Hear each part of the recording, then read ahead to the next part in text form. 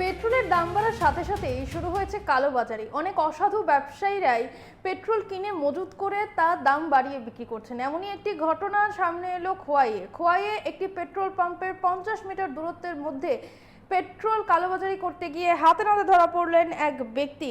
তিনি বেআইনিভাবে রাস্তায় পেট্রোল বিক্রি করছিলেন। তার নাম স্বপন ঘোষ এবং এই পেট্রোল বিক্রি করার সময় তিনি হাতে নাতে ধরা পড়েন। পুলিশ এখন তাদের বিরুদ্ধে ব্যবস্থা নেবে বলে জানা গেছে। পেট্রোল পাম্পের 50 মিটারের মধ্যে রাস্তায় এভাবে পেট্রোল বিক্রির সাথে আরও কারা জড়িত রয়েছে কিনা তা খতিয়ে দেখা হচ্ছে।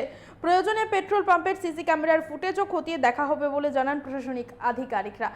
আমরা জানবো ঠিক কি জানাচ্ছেন প্রশাসনিক আধিকারিকরা।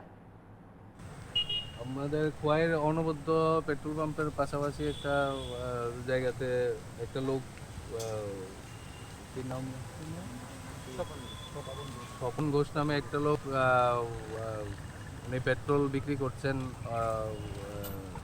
অবৈধ উপায়ে। আমরা আউটপোস্ট থেকে খবর পেলাম, সঙ্গে সঙ্গে আমরা আসলাম।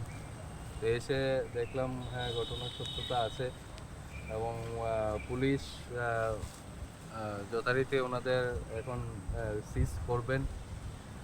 আর এরকম কালোবাজারির জন্য তো আমরা অনবরত নজরদারি পেট্রোল পাম্পগুলোতে আছে আমাদের। আর ভবিষ্যতে যাতে এরকম না হয় এটাও আমাদের উদ্দেশ্য আছে। আমরা অনবরত এইরকম উপায়ে কাজ করছি।